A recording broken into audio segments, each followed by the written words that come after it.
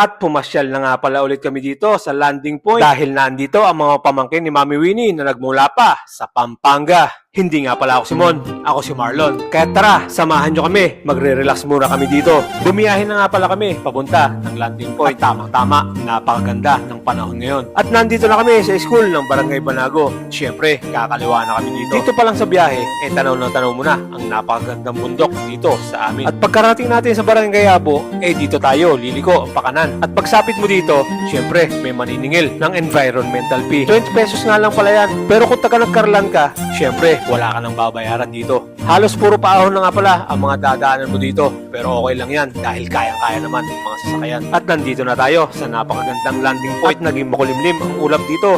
At eto na nga, nakaparking na kami. Hindi talaga ako magsasawang puntahan dito. Dahil umupo ka lang dito, talaga namang marirelax ang buong buhay mo. At wag mo din kakalimutan magdala ng jacket dahil napakalakas ng hangin dito. At syempre, pagdating ng gabi, napakalamig naman. Kaya magsama ka na rin ng makakayakap mo. At dito na nga kami naglatag ng lamesa at mga upuan dahil napakaganda ng pwesto dito. At syempre, 50 pesos lang ang bayad dito.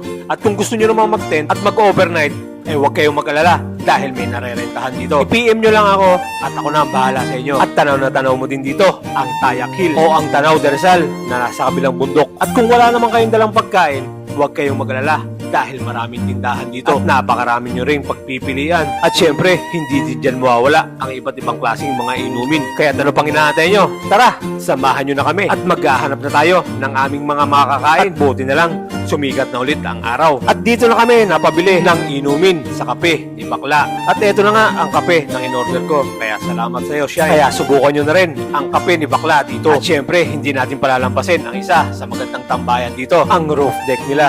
Tingnan nyo naman, napaganda ng tanawin. Dito nga lang pala yan sa Nagcarlan, Laguna. At isunod naman natin ang JC Ihaw-Ihaw. Napakarami mong pagpipilian dito tulad ng barbecue, dugo, isaw, chicken feet, bituka at hotdog. At nandito din ang Madel Food Store kung saan nagsiserve sila ng mga silog meals. At inabot na nga pala kami ng gabi dito at syempre malamig na rin. At ito ang napakagandang city lights na matatanaw mo pagsapit ng gabi.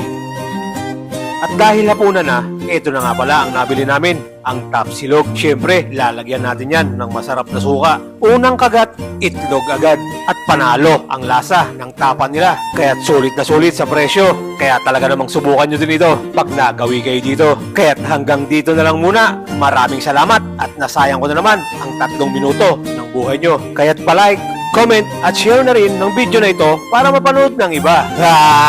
Adios!